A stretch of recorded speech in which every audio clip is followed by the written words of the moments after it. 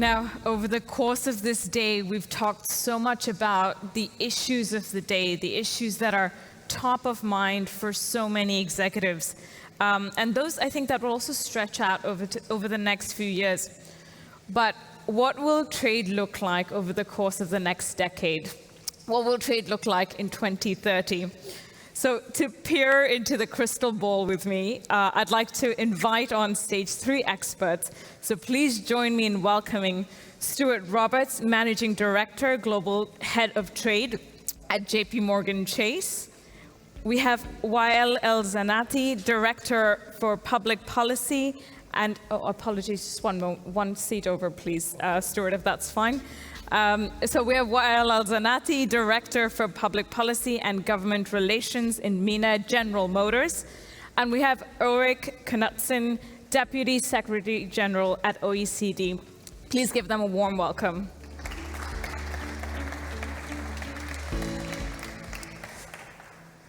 Thank you so much, gentlemen, for joining me here today. I'm excited about this topic, and I think it's a great way to round up today's discussions and really come to a close and look ahead to the future. So I think I won't start with the big question about what will trade look like, but perhaps let's unpack some of those drivers, right? What are some of those factors that will influence the shape of tomorrow's trade?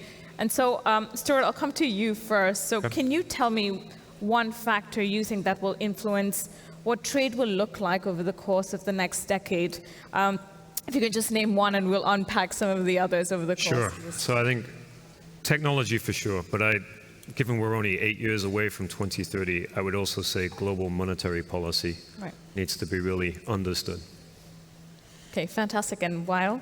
Well, I think the trade policy is very important in 2 levels. The first one is the trade between nations, and the second one, the different country regulations on how the product should look like in my country. Fantastic. So we'll definitely dive into that as well. Ulrik, what are your thoughts? Remember, if we had met in January as we were supposed to, I would have said that the 2 major factors would have been the green transition and the digital transition. But now it's all down to geopolitics. I think we're at a pivotal moment, not only for geopolitics, but also for trade and international trade. What's going on now in Ukraine could cast a shadow over international trade also for the next decade. It's going to be a geopolitical decade also for trade. That's right. And I think geopolitics will touch on many different aspects of trade, as we were talking about earlier. So it would be great to get those thoughts in as well. But maybe let's deep dive into technology first. Yep. So Stuart, what's the biggest challenge that you're seeing with accelerating tech adoption in trade at the moment, given the suite of technologies that we're dealing with? I think your previous guest nailed it. For us, in terms of being a company that is instrumental in financing trade, the technology that we need is all there. Technology adoption, big banks have adopted technology throughout their own back offices, trading systems, etc. The challenge is that there isn't the legal framework that has kept pace with the technology. I would also add that technology tends to bring a lot more transparency and visibility. Some of it will tie into geopolitics is if the world does decouple between heavily sanctioned and non-sanctioned kind of hemispheres, however that looks like, a lot of visibility and transparency will grind trade between those 2 hemispheres to a halt, because clearly with visibility and transparency through the entire supply chain will come knowledge that some entity somewhere is sanctioned. And so technology will be inhibited by both legal framework and in the geopolitical environment. But having said that, there are immense opportunities. If you think about e-commerce and you look at the number of people during COVID that started their own little merchant trading enterprise off e-commerce platforms, small businesses, it's a huge democratization of trade that is unparalleled, I think, in history. So that's very exciting. I think the 4th industrial revolution, the Internet of Things, ability to manufacture at smaller scale on a much more decentralized basis is exciting, and again plays into a geopolitical and climate change agenda. But again, a lot of this will be dependent upon geopolitics. So if you look at e-commerce merchants, small businesses that are now thriving, what we see in terms of our financing of them is 85–90% of what they buy comes from China. So if there is a geopolitical shock as it relates to China, that technological democracy will be severely inhibited. Absolutely, and I think you bring about the complications, but also some of the exciting components about technology. Ulrich, you raised your hand. Please jump in. No, I just wanted to support what Stuart was saying, that this is a complex geopolitical space, right? We already had a looming Cold War type situation on the trade and tech front between the US and China before COVID, before the Ukraine crisis. Now we have a full-blown economic war between the West and Russia on trade and tech and every economic aspect of life you can think of.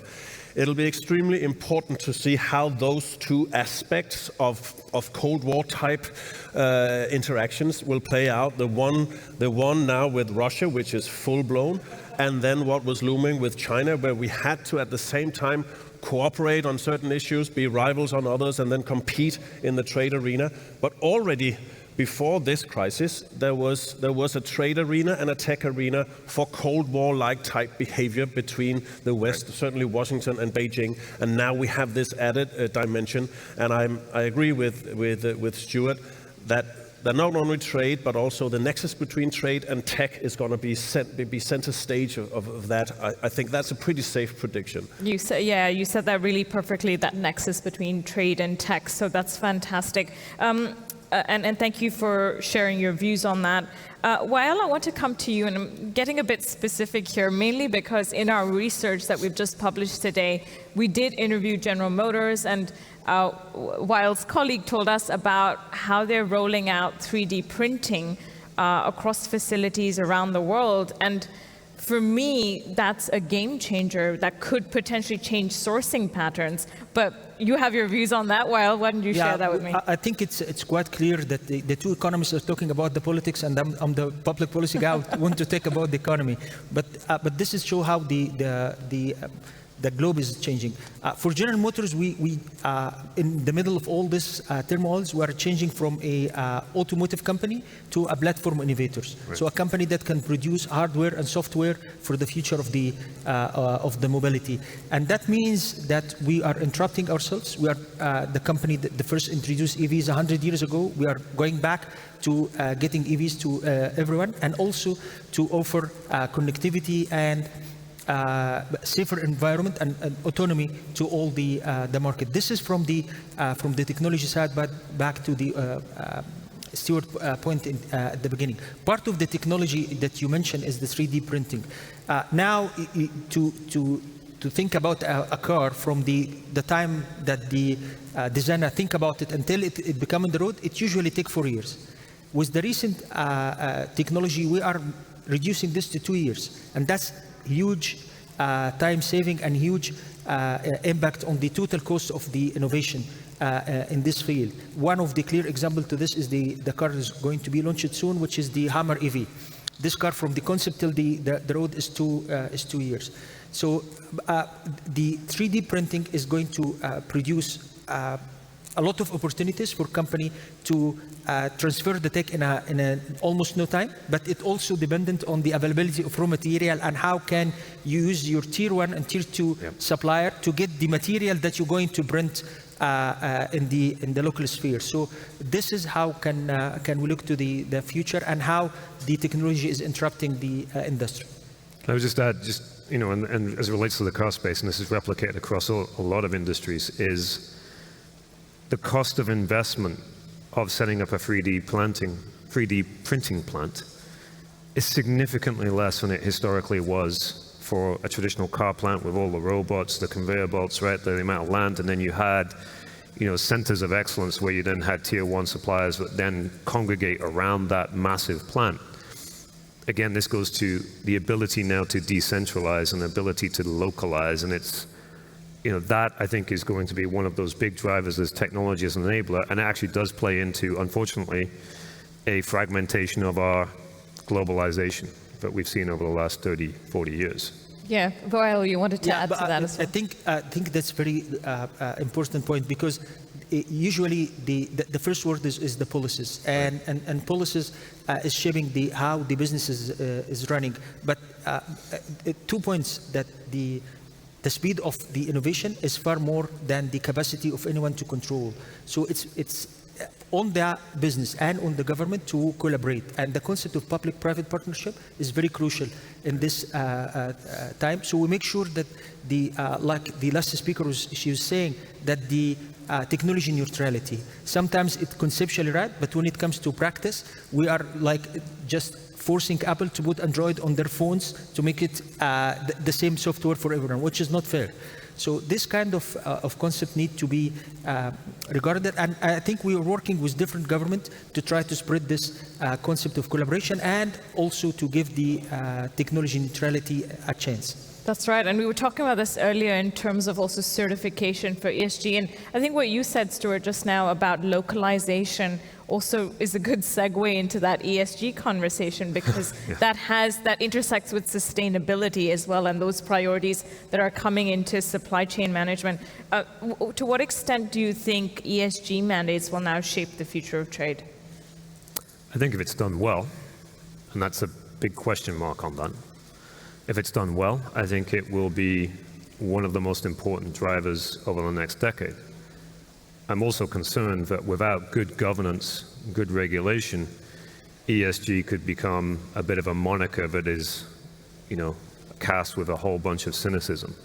So I think moving less from the concept of ESG, more to governance and strong regulations, which again, as a bank, I get frustrated with, is that the multilateral world governments, individual countries, there's been an absence of standardization and governance around what constitutes ESG. How do you democratize ESG throughout supply chains? And too often it's been left to private organizations to try to figure it out. And so the cynicism around ESG is that it could be seen as just a wealth transfer between big companies and consultants with very little rigor and value. So that is the most important thing that hangs over the ESG industry and the ESG concept right now. Can you get the governance and the regulatory environment right? And the same goes for sanctions, right? And I'm just going to briefly talk about sanctions because it's a pet peeve right now and we're living it. But a lot of governments have said, listen, we don't really have the financial task forces to be able to look at all of the money laundering, proceeds, terrorist funding, all of that, and they've outsourced it again to banks and private corporations to say, you guys need to go figure it out, and if you don't figure it out, we're going to fine you. But we're getting to the point now where the world has gotten so complex that both ESG and compliance sanctions needs to now have a firm regulatory body where there is the equivalent of like Interpol that can do that proper oversight and stop trying to outsource it to private corporations. Yeah, absolutely. Ulrich, do you have any thoughts on this as well in terms of how ESG is playing a role in the future of trade? While I think it's a fair point Stuart is making, that more responsibility should be taken by international organizations, including my own, the OECD, right. We also have to be realistic and say what have international organizations achieved over the last 25, 30 years in terms of international regulation. Certainly at the WTO, when we've seen contentious issues such as trade and environment, now trade and climate, trade and labor and so on, it is very, very difficult to come to agreement among almost 200 countries. I think actually that we, as OECD, we have a role to play here because we've had some success in providing principles and norms starting in a smaller group of circles, a smaller circle of countries, be that our own members at the OECD, but sometimes also G20, talking about tech. We did that with AI principles, tried to democratize that. We did last year the big international tax agreement that now spans, I think, more than 140 countries. We are now planning to do something similar when it comes to carbon pricing, another contentious issue internationally. Right. Could we provide some principles, or at least some dialogue, so that when countries go about carbon border adjustment mechanisms, that at least we see eye to eye on what is the fair balance between what some would perceive as protectionist measures and others as climate protection measures. I think we have a space there at the OECD for providing perhaps soft rules, soft norms, realizing how difficult it is to get agreement. I know why Stuart would want that, but maybe our approach at the moment, the plurilateral approach, the soft law approach, is more realistic. I mean that's nature abhors a vacuum, and so we have a vacuum right now around ESG compliance, and so there are a lot of different actors who are filling that gap. Some of them are credible, some of them perhaps not so credible, and so private organizations like GM, JP Morgan are having to decipher all of that in the absence of a vacuum that's being created by government and regulatory bodies. I think there's another aspect to this conversation on ESG metrics and validation, regulation, and so on, which is, and we were talking about this earlier a while, which was about people being left out. So there's small and medium-sized companies, but maybe not, just companies who are implementing some of these sustainability measures, but are not able to get certified. The cost of certification is prohibitive. Yes. What are your thoughts on that? Are you seeing that? Yes. I think the problem is that the different big economical blocks is looking to the sustainability from a different aspects. So for example, you need to be ISO certified, and different. ISO is not one certificate, it's like 1,725 certificates. And this kind of different grading is not seen the same in China or in the US. Right. So in that case, you can have a very environmental friendly product that produce in a good manner, but it is not ISO certified to certain, instead of ISO, it's not certified to some, with some stamps, so it is not having the chance to be sold in most of the market. And that's, to get this stamp, you need to redo a lot of back work, and that is adding cost and reducing the speed of production. And all this is, at the end of the day, will be paid by the end user. Right. And the opportunity now of the trade, it's not only that I produce a car in North America and I sell it in Dubai. There is a lot of think tanks that's in this part of the world that produce new technologies that can be a big part of the bigger machine, can be a part of the bigger machine that's coming after in the chain process. So I think the trading we need to be think about two ways, and it's not only one way of selling to end consumer, but also the market can provide the mothership with a lot of technologies that changing the future and expediting the process. Okay. Well, I wanted to ask you about, I want to move on to trade governance as well. And I want to ask you, Wael, about how, have tariff barriers largely been dealt with now in terms of regional agreements, or, and will the shift now be, or will the focus now shift onto non-tariff barriers? Is that where we're going to focus on next? It's happening, and unfortunate that you find within a trading bloc that two countries, they have a free trade agreement, and then after sometimes back to my earlier point, the trade is coming in one way, so the other country will say, no, I will impose 20-25% non-tariff barriers on this commodity just to protect my economy. Mm-hmm. But the backlog of this, that the product in this country will be more expensive than the other countries, and consequently the consumer can take it from outside due to the e-commerce. Right. Or the other problem that's happening is that the different countries are now allowing legally for the barrel trade.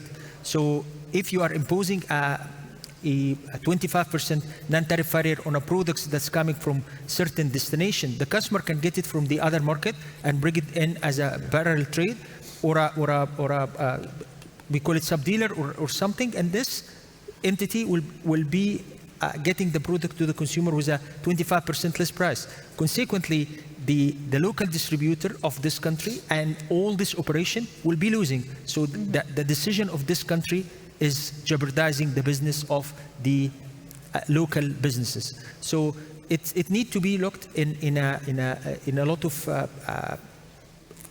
bigger umbrella to make sure that the sustainability of the business is there, and consequently the local business will run. And either you are an idealist or other way around, getting the others to be in a good shape is not a choice, it's a mandate. Because at the end of the day, you have a product, you need to sell it to someone who can afford it. And if the other side doesn't afford it, then the product will not be sold. Right, and I think to your earlier point, just about closing the loopholes in the system as well. Ulrich, from that perspective, in terms of trade governance as well, with more trade agreements, will that strengthen the mandate of the WTO in terms of trade governance, in terms of addressing trade disputes that may arise? Well, I think it's the decade-old question of whether regional trade agreements are building blocks or stumbling blocks. And I think from a WTO perspective, or from the perspective of supporting the multilateral trading system, we would always favor a truly multilateral agreement to a regional one. But if you have negotiations stalled at the multilateral level or at the WTO, as we've seen, at least in terms of comprehensive, deep trade liberalization for almost 3 decades now, if that is the alternative scenario, then regional trade agreements are definitely a good thing. Tariff, non-tariff barriers alike. Let's liberalize trade through that regional means. But it could also be, a building block towards some sort of multilateral breakthroughs. But the truth of the matter is that we have not concluded any multilateral trade round since the GATT round in 1994, which formed the WTO. So it's almost 3 decades of no multilateral rounds. I'm not saying that there's not been progress. We've had quite a number of plurilateral successes, including on services domestic regulation just back in December.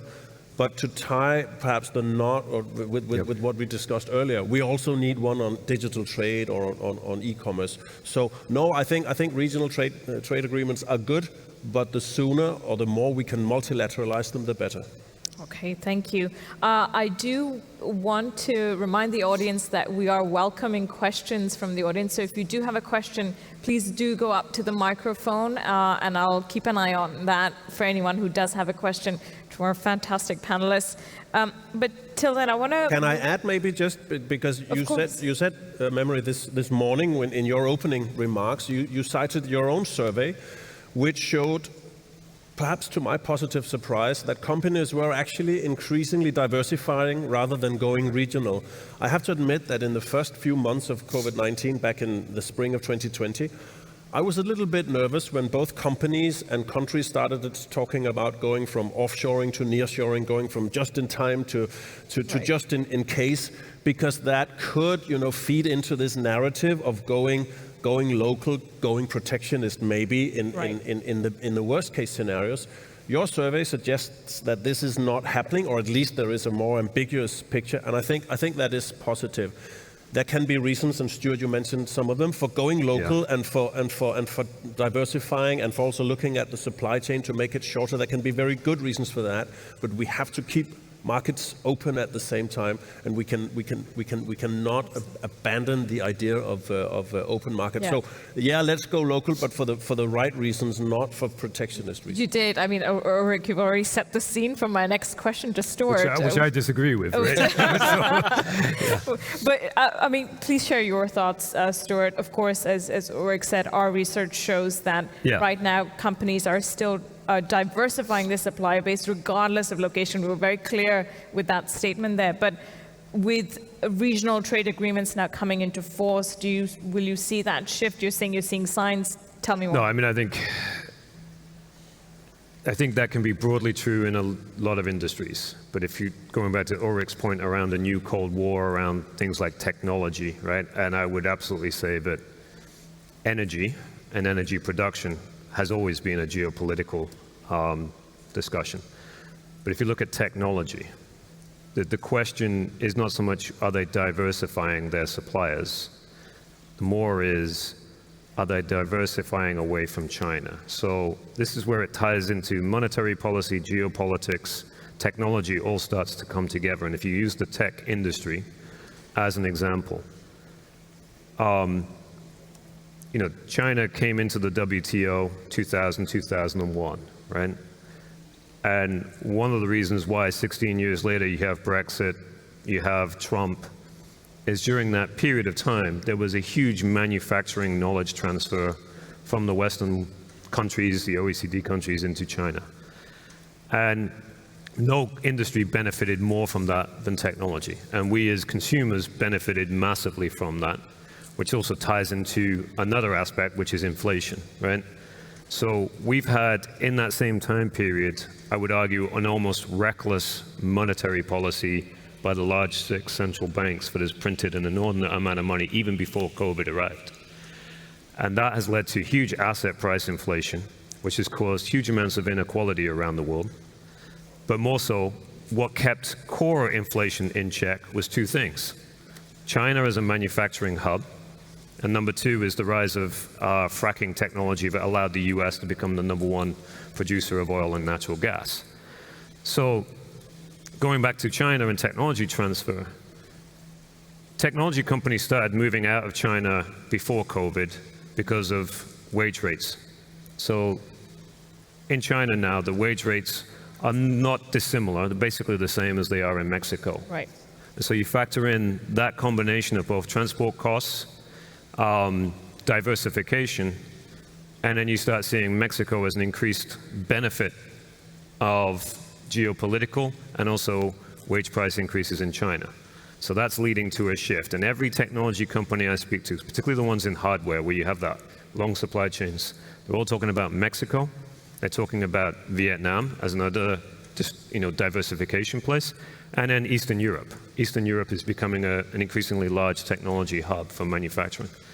And so it's not so much diversity of supply, because it could be Foxconn in Mexico, it could be Foxconn in Eastern Europe. It's diversification from China, and that over-reliance both on increasing inflation in China, but then also the geopolitical concerns. And I think that takes time to feed through, because when Intel announces it's going to build a semiconductor plant in Ohio, that takes 5-6 years to come online, right? Similarly with Samsung and their announcement in Arizona. Those things take time to come on, and then finally you start seeing the production numbers come out. But in geopolitically sensitive industries, I think nearshoring, friendshoring, ally-shoring is going to become increasingly important. Okay, fantastic. Thanks for your thoughts on that. I don't see anybody at the microphone, so I'll turn to a question from our audience at home. There's a question on what is the place of digital currency in international trade? Does anyone has a preference, Stuart? Yeah, I mean, I think, again, the rise of digital currencies, it's technology, but it's also, again, one thing I try to educate all of the people on our team and our bankers is, don't underestimate the power of monetary policy, right? So if central banks are printing money and people start to lose faith in the fiduciary value of the currency, it's not surprising that they will turn to gold, they'll turn to silver, as they've historically done. But now you have these new things where I see Bitcoin becoming more of a stored value kind of asset class than necessarily an efficient means of transferring money, right? You can fly around the world, go to your ATM, you can swipe your card. It's pretty efficient. I don't really want to set up a bunch of servers and mine Bitcoin for 3 days before I go and get on a plane. So I think that's a direct relation to both technology and also monetary policy. I think what will be more interesting will be things like a digital yuan, right? You saw the announcement yesterday, Aramco said it's entertaining selling oil to China on a renminbi basis and moving away from dollars for the oil. That's probably more interesting than, say, a pure blockchain-based electric currency. Okay, thank you. Ulrich, I want to ask you about areas of international cooperation. Where do you think now international cooperation really needs to focus to enable tomorrow's trade? So what do you think? Well, we touched upon it briefly, that in many ways the rules that we trade by now multilaterally were made in the last century, and we have tried to update those rules to take account of climate considerations and e-commerce and digital. I think it was in 2017, so 5 years ago, the e-commerce negotiations started in the WTO in a small grouping. There are now a few more countries trying to negotiate some progress, but we haven't really updated our trade rules to take them into the 2020s. And I think especially in the digital area or e-commerce, which has shown such promise during COVID, right? We've learned what digital trade and what the digital transformation can do for us. We need an update there. We've talked a little bit about the 90s today, but imagine if COVID-19 had struck the world in, let's say, 1994, when we did the last multilateral trading round. We did not in 94 have meaningful internet for consumers, certainly. We did not have anything called teleworking. We did not have telemedicine, let alone Netflix or whatever. We would basically have had to face choices and dilemmas that are so much starker than the ones we had to face over the last 2 years. I know it's been a severe crisis economically, humanitarian, and for societies and so on, but imagine if COVID-19 had struck in 1994. We would basically have had to choose between saving not millions, perhaps billions of lives, or saving the economy. We could not have done both, which we have managed more or less to do now. I'm saying all this to go back to the point that we may criticize the digital transformation, and there are so many big questions out there. We need to tackle cybersecurity, digital currency, privacy, data protection, and all of those issues. But we also need to remember that the digital transformation has in many ways saved us the last couple of years. The trade rules need to also take account of that to facilitate digital trade. And building on what Stuart said earlier also about the benefits from globalization that perhaps were not distributed evenly when we had the last big crisis after the financial crisis in 2008 and 9. We just turned on the engine of globalization. Maybe that uneven distribution of the undisputed benefits from globalization led to Brexit, Gilets jaunes, the yellow vests in Paris, maybe Trump, maybe polarization. That you certainly cannot rule that out. My point is now that as we exit this crisis, the COVID-19 pandemic, we're not there yet, but as we will exit it, and as we do that, we need again to turn on globalization. We need to turn on the big engine of this decade, which is the digital transformation, but we cannot repeat the mistakes of the last one. So we need to make sure that we do not create new digital gaps in terms of skills, in terms of access, in terms of connectivity that has to be affordable and at a certain quality for everyone around the world. If not, then switching on that digital engine for the world economy could lead to new polarization. So I think that's a tremendously important lesson that we must have learned over the last decade. Absolutely. I think creating that inclusive environment is so important as we move ahead. I wanted to ask you the same question anyway, given your focus on policy. Please go ahead, let me know. I think if we reflect this on a corporation life, 5 years ago, General Motors go and buy a company called Cruise. That was a small company that thinking about autonomous driving.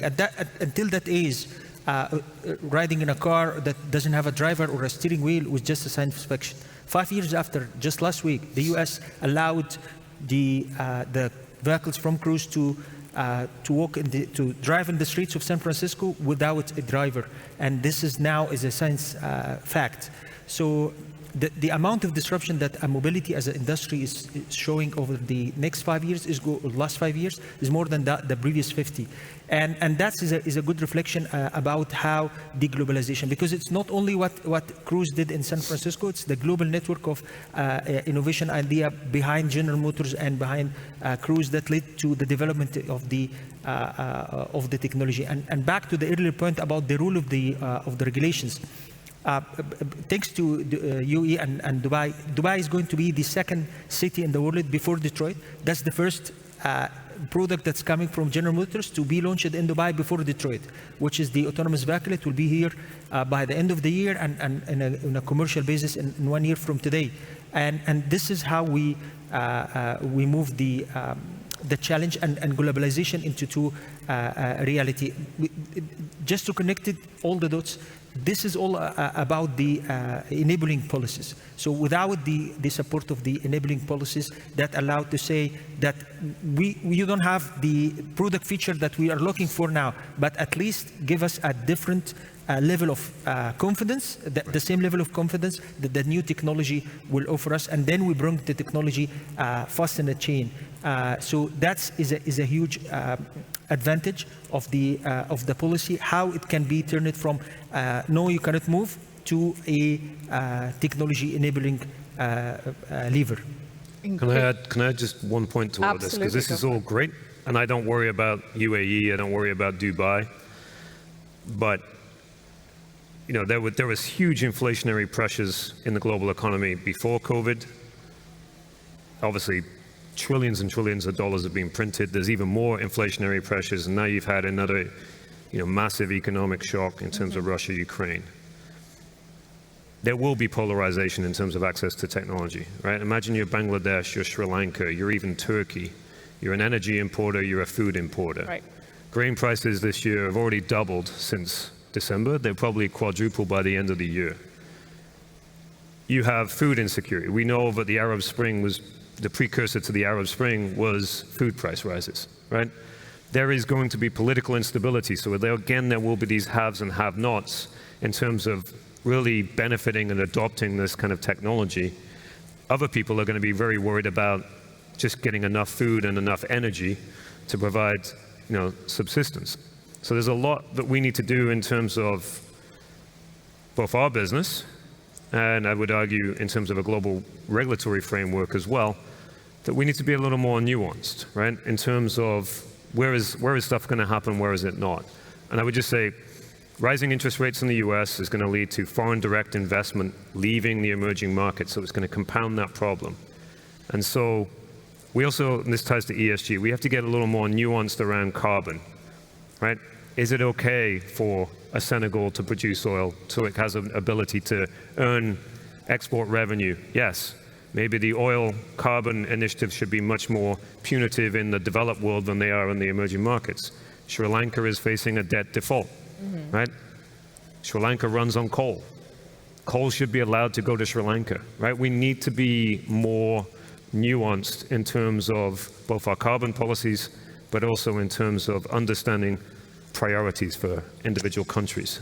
You've opened up a whole other topic, and I'm sure we could talk about that for much longer, but we are running out of time, and I think I want to touch on that big question, right? That vision for future of trade. So it'd be great to get, I can't close this session without that kind of a question, so it'd be great to get that from each of you. So Ulrich, if you can start off with that.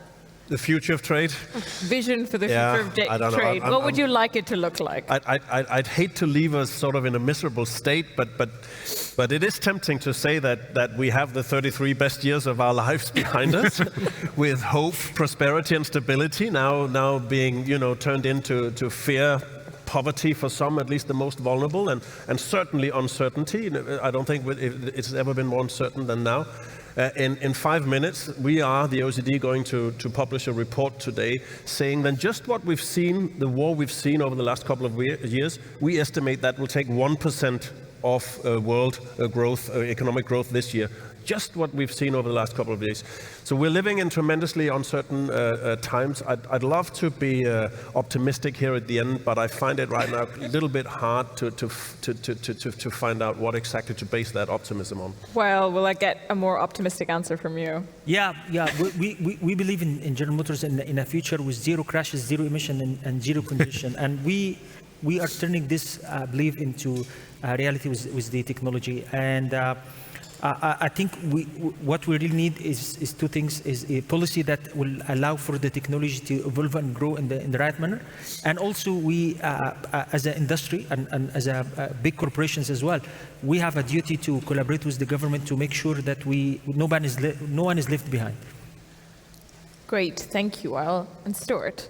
I think, on one side it's easy to be pessimistic, right? I think globalization as we've known it under kind of a Pax Americana with kind of liberal multilateral agencies. I think that is dying, or at least in intensive care. Was that your optimism? that was the pessimistic. But at the same time, a multipolar world is not necessarily bad, right?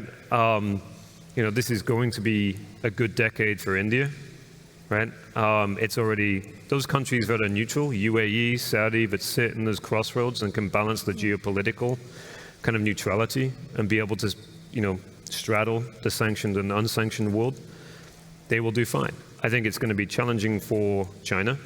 They have huge debt issues. They have food insecurity, although they've done a very good job of pre-buying an awful lot of food ahead of this particular crisis. Maybe they got a heads up from Vladimir.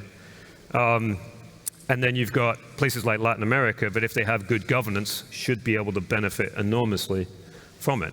I worry about Western Europe. I don't think Western Europe is positioned at all well for the next decade. So a matter of perspective, matter of where you're located. Thank you so much for all of those fantastic insights. I'm sure we could have continued this conversation, but we do have to bring this day to a close. But please join me in thanking our panelists for their wonderful insights. Thank you.